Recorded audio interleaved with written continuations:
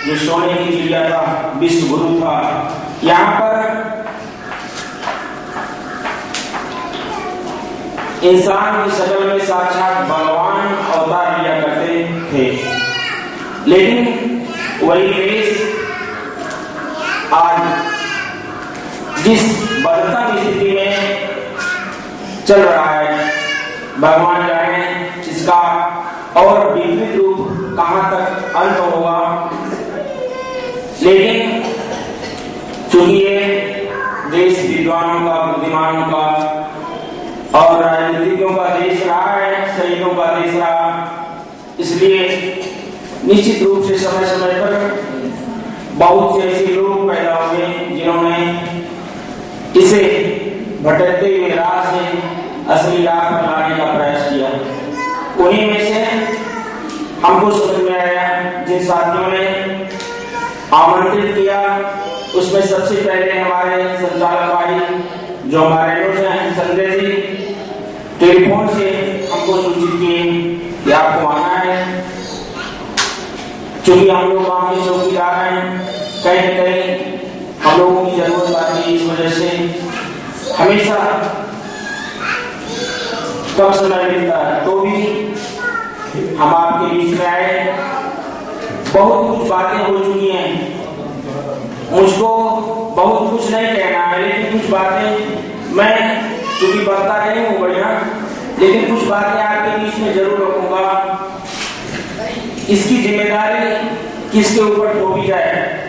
पुरुष वर्ग चाहता है कि हम इसमें भागीदार नहीं है, इसमें दोषी नहीं है।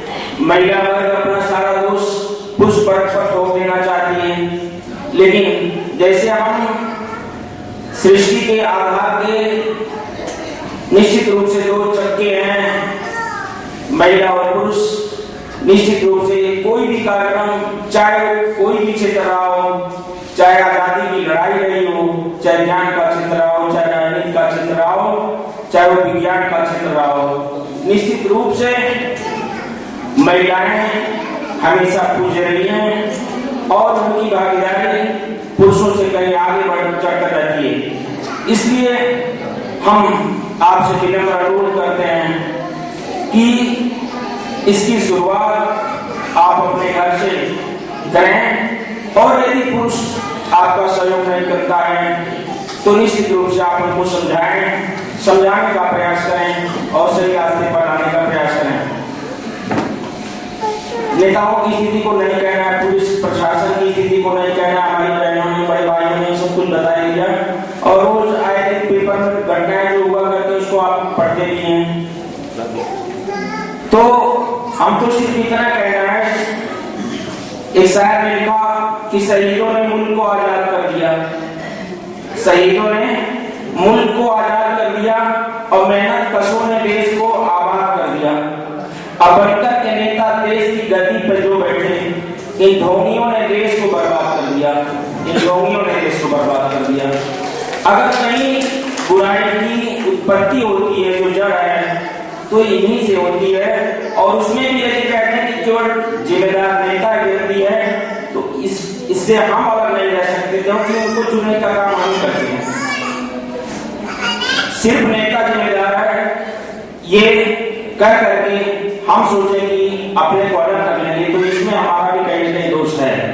हम कैसे लोगों को चुनते हैं, ये हमारी भी जिम्मेदारी है।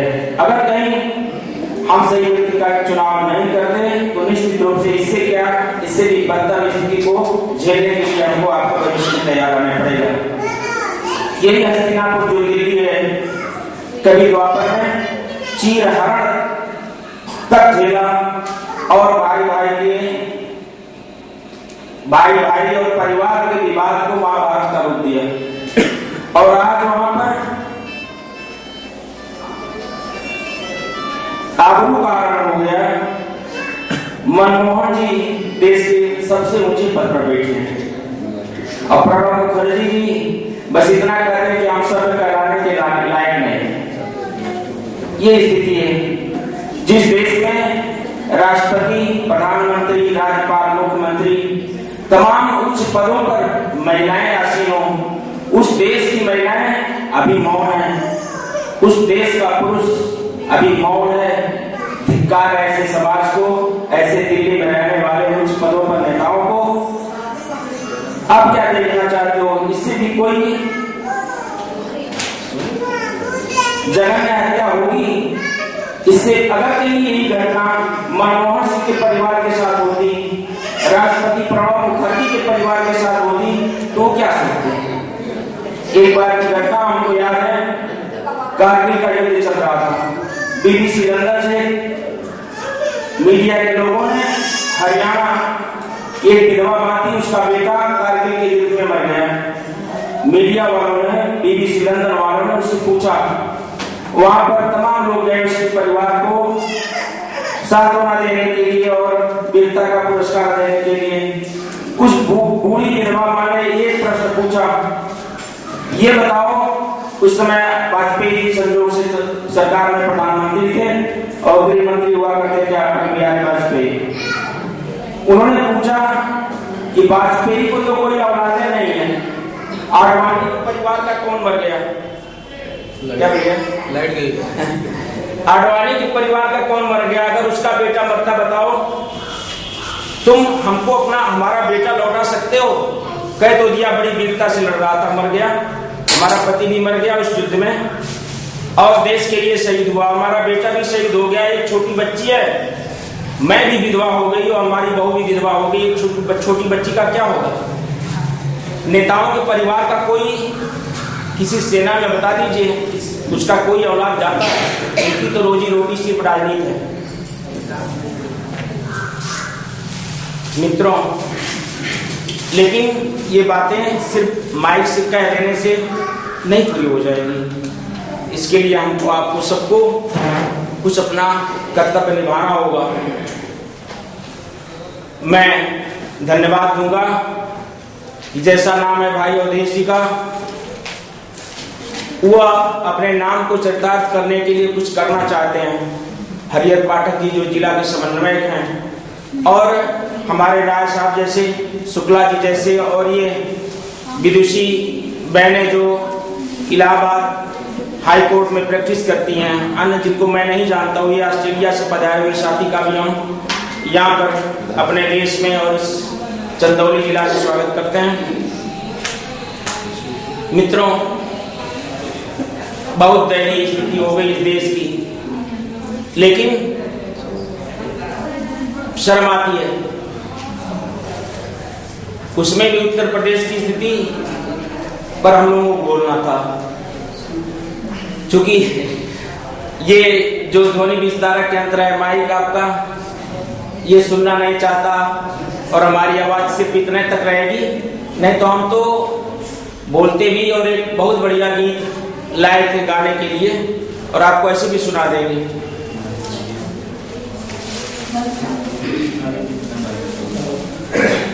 कुछ शख्स थे जो वक्त के सांचे बदल गए, कुछ शख्स हैं जो वक्त के सांचों में ढल गए और दुनिया में वही शख्स है ताजीम के काबिल जिस शख्स ने हालात के मुंह मोड़ दिए। ऐसे लोग समय समय पर होते हैं और उनका अगर मार्गदर्शन बड़े भाई जैसे, आदरणीय बहन जी जैसे, शुक्ला जी जैसे, और ये इनको कौन सा नाम दें, वो गाए थे एनजी साहब, और एक नाम हम लोगों को भूल रहा है, बहुत पहले आए थे अंग्रेज यात्री जो हमारी आजादी की लड़ाई में उन्होंने सहयोग किया था, नाम भूल रहा है इस समय, माफ करिएगा।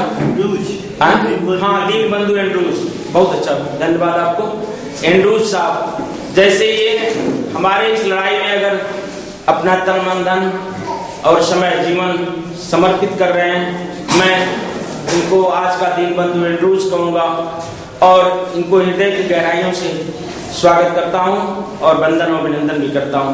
ऐसे भाई का, चाहे हमारी भाषा को भले ही न समझते हो, लेकिन हमारे दर्द को जरूर समझते हैं।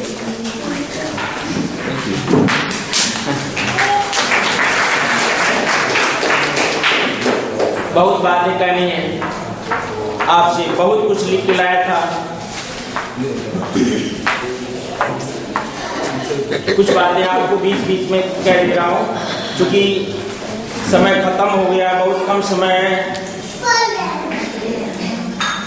इस संस्था के संस्थापक और टीम के लोगों के लिए मैं एक बात कहना चाहता हूं, और इसमें जो सहयोग देने वाले साथी हैं, भाई बहन हैं, उनके लिए कि बेरहम मौत का इतिहास बदल सकते हो। बेरहम भाई साहब अवधेश जी भी बैठ जाएं, आपके लिए लाइन बहुत ही उपयोगी होगी कि बेरहम मौत का इतिहास बदल सकते हो, आपात से पुण्य में विश्वास बदल सकते हो। यदि अपनी भुजाओं पर भरोसा कर लो तो ये जमीन क्या चीज है, आकाश बदल सकते हो।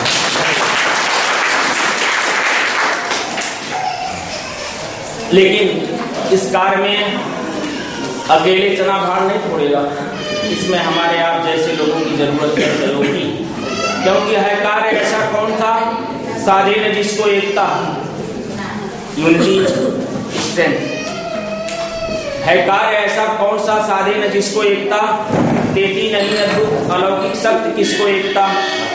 दो एक एकादश हुए, दो एक गिनती को दूर दूर कर दीजिए, एक बन के रह जाएगी, लेकिन दो एक गिनती को पास खड़ा कर दीजिए, 11 हो जाती है। दो एक एकादश हुए, इसके नहीं देखे सुने, हाँ शून्य के भी योग से हैं अंक होते 10 गुने।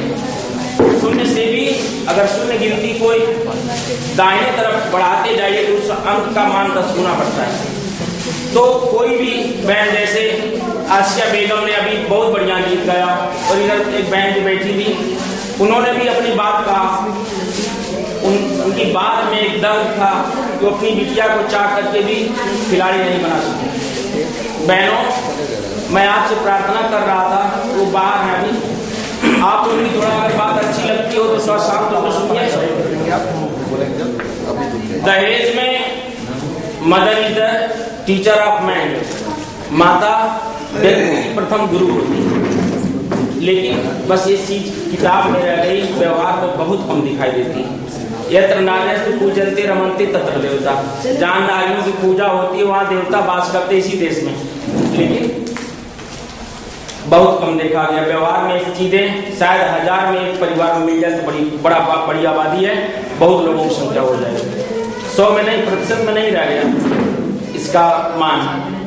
इसलिए हम यही कहना चाहते हैं, चाहे जो भी बुराई है वो परिवार से शुरू होगी, निश्चित रूप से हमारे परिवार से होगी, आपके परिवार से होगी, उसमें हमारी बेटी बहन या भाई या बेटा कहीं न कहीं निश्चित रूप से भागीदार होगा।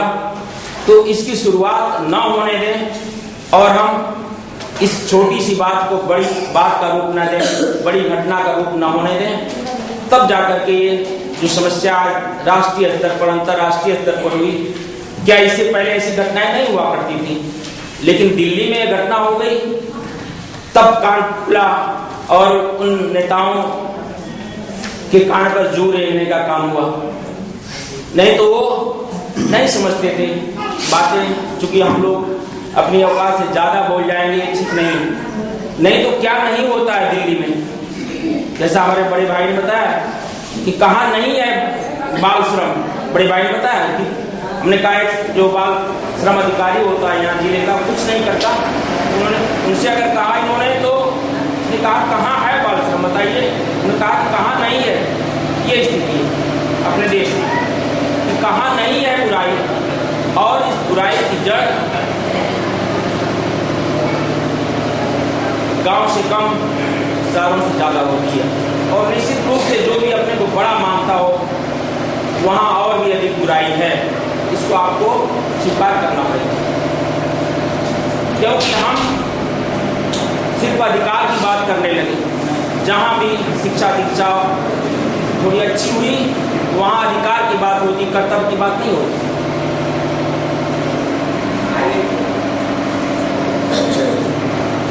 आप व्यवस्थापक लोग व्यवस्था में लगे हुए हैं, क्योंकि ये गीत ऐसा था, इसको केवल इस कमरे तक नहीं सुनाना था, हमारा उद्देश्य एक था।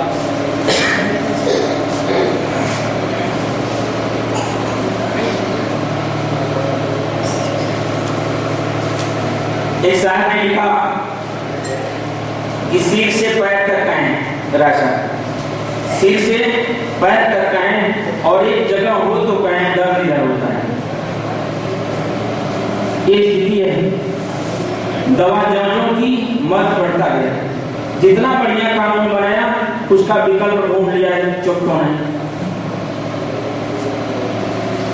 पुलिस का तो नाम है नहीं लेना, हम लोग 12 साल से चौकीदारी पर हैं, तीसरा चुनाव पिताजी की रहे, लेकिन कितना निकृष्ट असहयोग रहता है प्रशासन के लोगों का। और शासन में लोग बैठे हुए गलत आदमी की पैरवी के लिए फोन कर देते हैं, हेलो हम फलां बोल रहे हैं, वो हमारा आदमी है। अब क्या चाहते हो, हत्या हो गई उसके बाद हमारा आदमी है, तुम्हारे परिवार की हत्या हो जाती, ऐसी घटनाएं तुम्हारे परिवार के साथ होती तो क्या कहते, जल्दी उसको पकड़ लो, कहीं भी हो, नहीं तो हम तुम्हारा ट्रांसफर करा देंगे,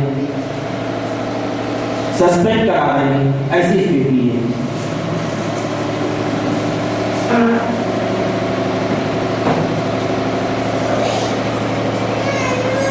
एक साल में दहेज पर लिखा, ऐ खुदा गरीबों को बेटियां न तो देना।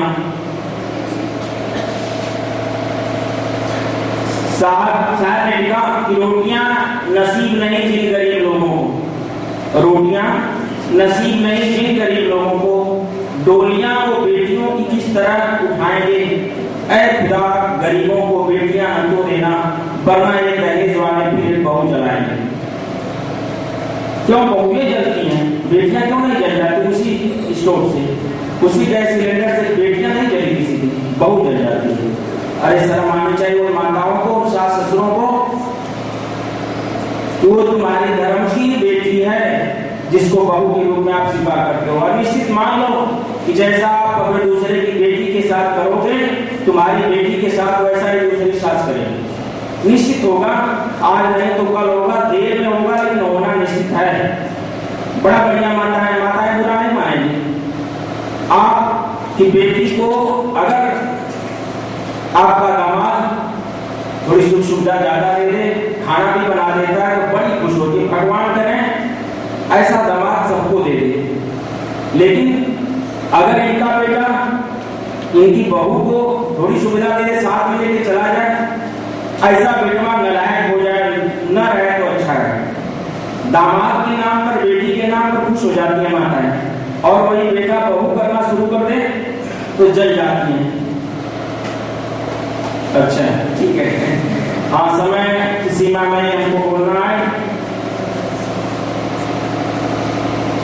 बस दो ही बातें और कह के मैं अपनी बात को समाप्त करूंगा। वो उम्मीद पढ़ दे रहा हूँ आपके सामने। मैं संस्था के लोगों से कहना चाहता हूँ कि मित्रों, जयशंकर प्रसाद ने कामायनी में लिखा कि रुकना है तुम जब तक तुम्हारे श्वास का लवलेश नहीं क्षमा करेगा। ये श्री मंगल सिंह सुमन जी की कविता है। रुकना तुम जब तक तुम्हारे श्वास का लवलेश है, हिम्मत न हारो हे हृदय, यह साधना का देश है। और जयशंकर प्रसाद जी ने लिखा कि यह नील मनोहर कृतियों का, यह नील मनोहर कृतियों का यह विश्व एक रंगस्थल है, परंपरा लग रही यहाँ, ले ले इसमें जितना बल है। अगर आप इस रंग पर मंच पर कुछ करना है, मानव जीवन पाकर के कुछ करना चाहते हैं, तो निश्चित रूप से आपको जाति धर्म पार्टी से क्षेत्र से ऊपर उठकर कुछ करना पड़ेगा, तब जाकर के ये देश में बुराई। गोपाल दास नीरज की कविताओं के साथ कि मगर मीत की दीप्ति से सिर्फ जग में नहीं मिट सका है धरा का अंधेरा, उतर क्यों ना आए नखत सब गगन के, नहीं कर सकेंगे हृदय में उजेरा।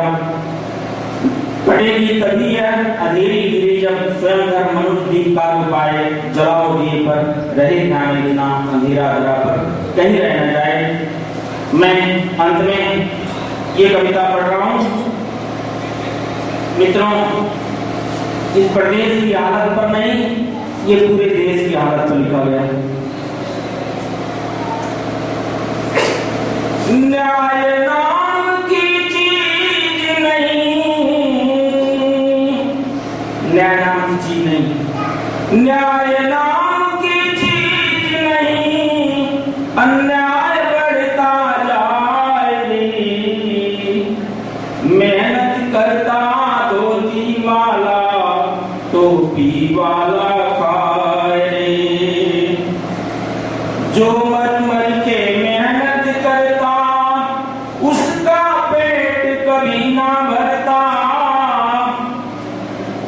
मजदूरों की हालत, किसानों की। जो मर मर के मेहनत करता उसका पेट कभी ना भरता, पाल रहा जो सारे जग को खुद भूखा सो जाएगी। मेहनत करता धोती वाला टोपी वाला खाएगी।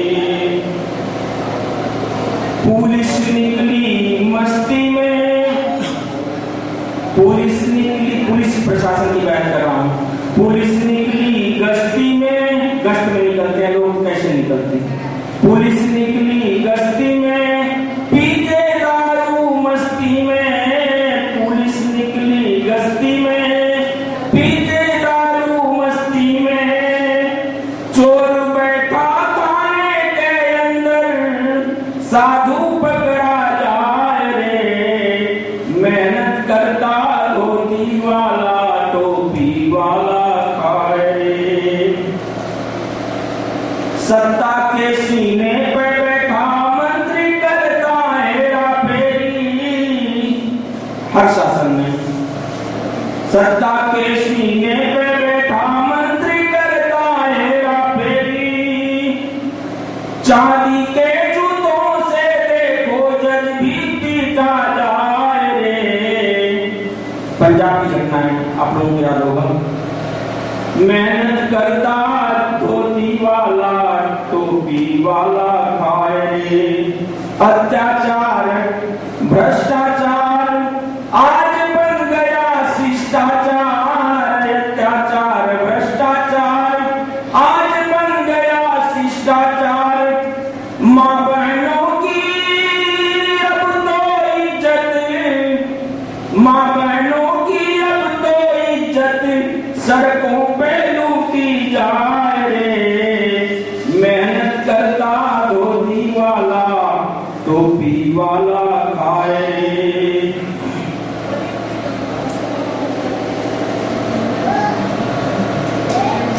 बस अंत में अपनी बात कह रहा हूं। राम दर्श की यही पुकार, सबसे करो प्रेम व्यवहार। राम दर्श की यही पुकार, सबसे करो प्रेम व्यवहार। आओ जाति बात की खाई, मिलजुल के पार्टी जाए रे। मेहनत करता धोती वाला टोपी वाला खाए रे। अंत में एक बात कह रहा हूं, बस एक बात मेरा कहा मान लीजिए, बस एक बात मेरा कहा मान लीजिए, दूसरे की नहीं खुद की पहचान कीजिए। यदि इस कार्यशाला से कुछ कहीं आपको दर्द महसूस हुआ तो बस एक बात मेरा कहा मान लीजिए, दूसरे की नहीं खुद की पहचान कीजिए। यदि कुछ कह रही हो आपसे सीने की धड़कनें, यदि कुछ कह रही हो आपसे सीने की धड़कनें, तो मेरा नहीं तो दिल का कहा मान लीजिए। धन्यवाद, आप सभी को बहुत बहुत प्रणाम।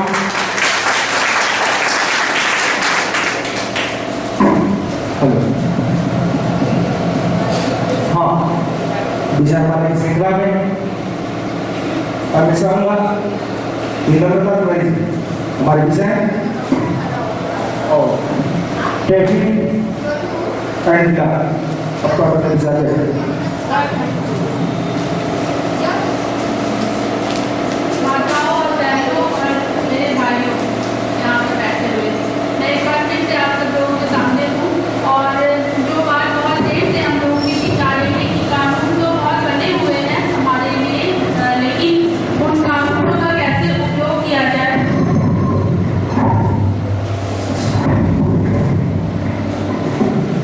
लेकिन उन कानूनों के बारे में हमारी जानकारी नहीं है,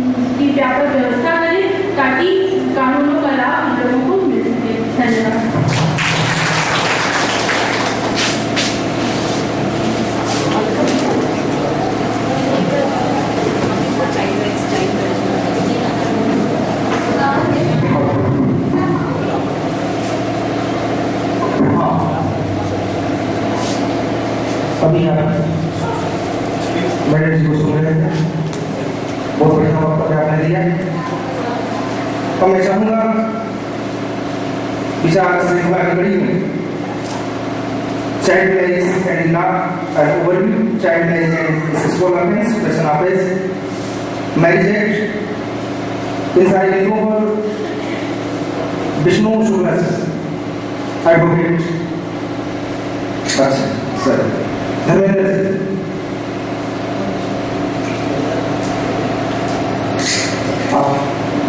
आइए, धर्मेंद्र कुमार राय एडवोकेट हमारा।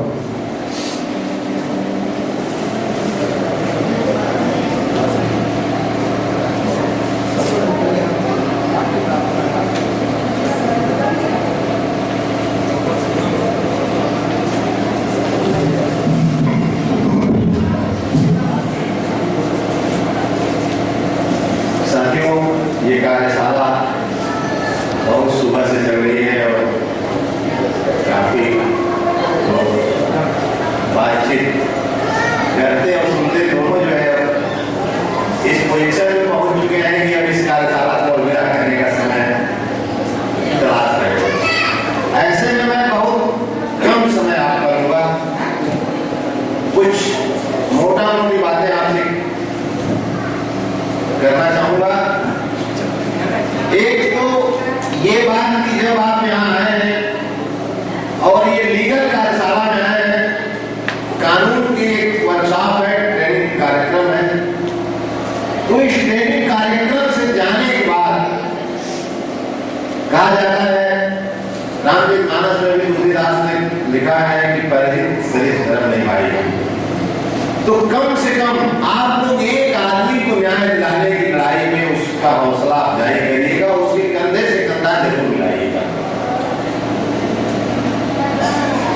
ये मेरी गुजारिश है कि आप जब यहां से लौटे तो किसी भी, क्योंकि देखिए हिंदुस्तान की जो न्याय प्रक्रिया है अब बहुत उलझी हुई न्याय प्रक्रिया पहले से भी थी, अब तो और उलझ गई।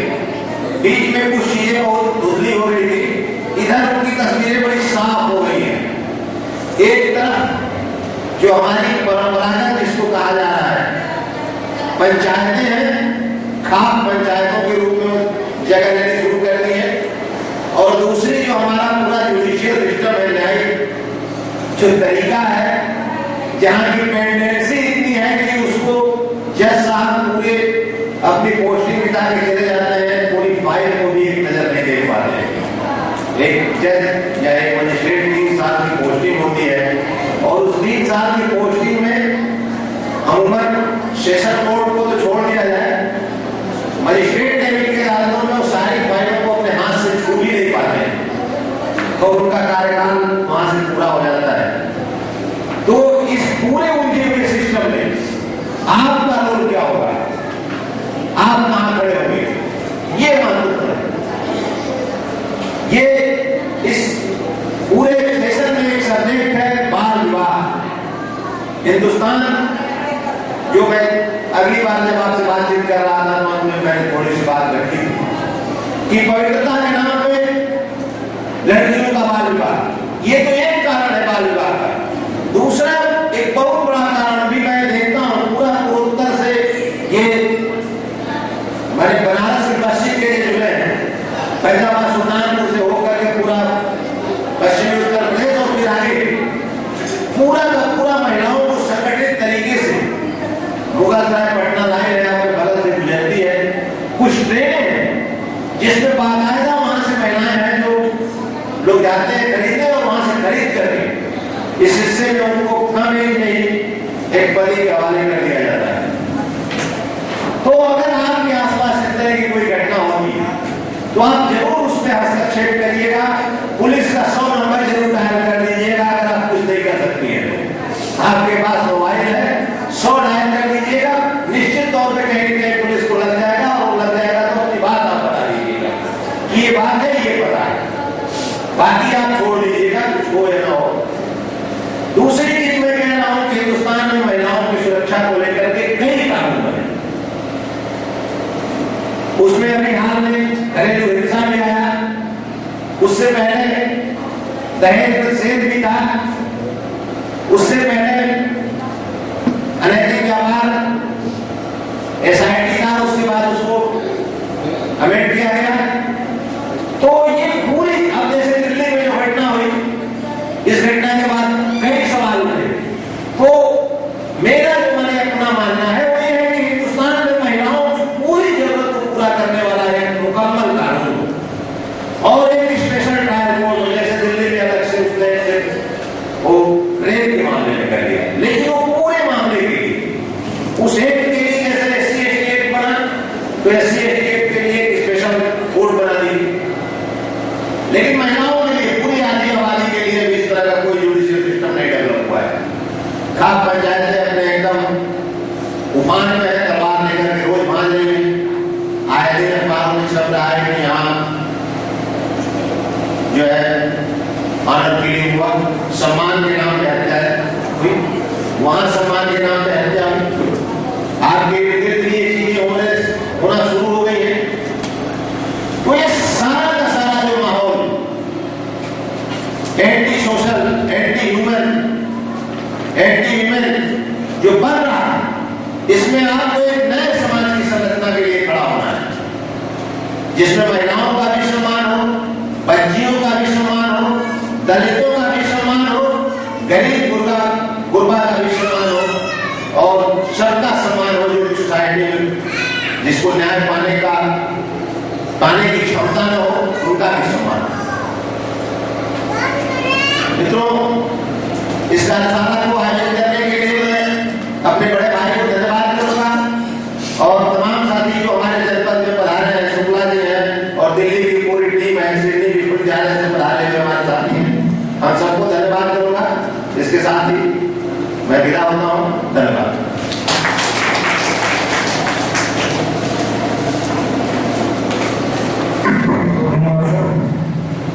अब मैं शुक्ला सिंह हमारे मंचवाल से पहले अवधेश कुमार यादव जी, अवधेश यादव जी आप जानते नहीं हो, तत्काल यहाँ संपर्क करें।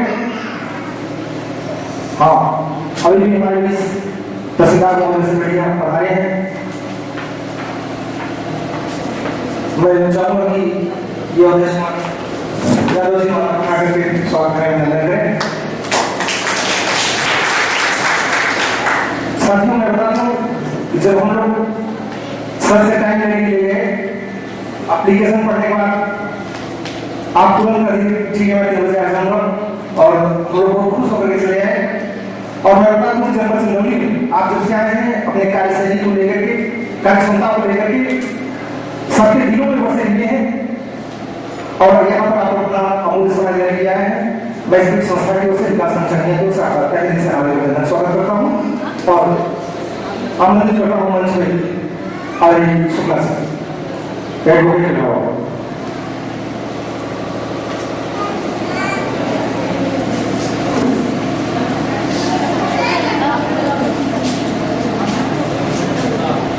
भाइयों, आप लोग सुबह से कई बार मुझे कई तरीके से सुन चुके हैं। मुझे लगता है कि आप लोग शायद जो है सुनते थक गए होंगे, तो लेकिन संचालक का आदेश होता है तो उसको मानना पड़ता है। मैं आपके बीच में एक पहले छोटा सा शेर कहना चाहूँगा, उसके बाद फिर अपनी बात आगे बढ़ाऊंगा। एक शेर है कि फल कहे जंजीर को जंजीर नहीं है। जंजीर की जो एक कड़ी होती है उसको जंजीर नहीं कहते, छल्ला एक होता है, वो जंजीर ही होती है, नहीं हो सकती, तो सिर्फ एक छल्ला रहता है।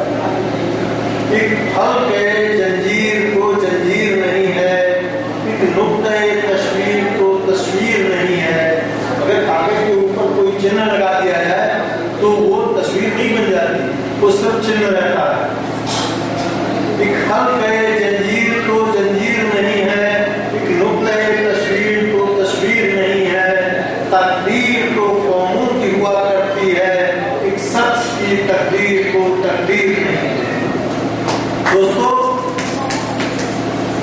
ये जो हमारे मुल्क के कुछ हुक्मरान ऊपर बैठ के किसी एक खुशामदी के लिए जो सारी नीतियों को बनाने का काम कर रहे हैं, इससे हमारे मुल्क की तस्वीर बहुत ज्यादा उजली नहीं होने वाली। बहुत जरूरत है कि जो बहुत बड़ी संख्या आम लोगों की है, उनकी तकदीर संभले। और बार बार मुझे ये बात कहने में कोई बुराई नहीं है कि हिंदुस्तान की जो बहुसंख्यक आबादी है, जो आबादी का बड़ा हिस्सा है, चाहे वो झारखंड का हो, बिहार का हो, यूपी का हो, कि हम इसलिए लेने पड़ रहे हैं कि आप लोगों में से बहुत कम लोग शायद जानते होंगे कि हमारे इन सूबों को बाकी के देश के अंदर बीमारी राज्य के नाम से जाना जाता है। इन्हें लोग कहते हैं कि ये तो राज्य ऐसे हैं जो हमेशा बीमार ही बने रहते हैं, जिन्हें बिहार, मध्य प्रदेश, राजस्थान, उड़ीसा, उत्तर प्रदेश के नाम से जानते हैं। इन सूबों में वो लोग बीमारी कहते हैं। और यहाँ से बड़े पैमाने पर जो गरीब, जो आदिवासी, पिछड़े ऐसे लोग हैं, इनको दूसरी ऐसी जगहों में, घरों में पहुंचाया जाता है। मुझे पता नहीं आप लोगों में से कितने लोगों को जानकारी है कि झारखंड से, बिहार से बड़े पैमाने पर लड़कियां आदिवासी क्षेत्रों से ले जाई जाती हैं और जिनको दिल्ली में घरों में काम के लिए लगा दिया जाता है। और पूरे के पूरे 31 दिन, 30 दिन, महीने के जितने दिन होते हैं, उनको सुबह से शाम तक काम करना पड़ता है। उन्हें ये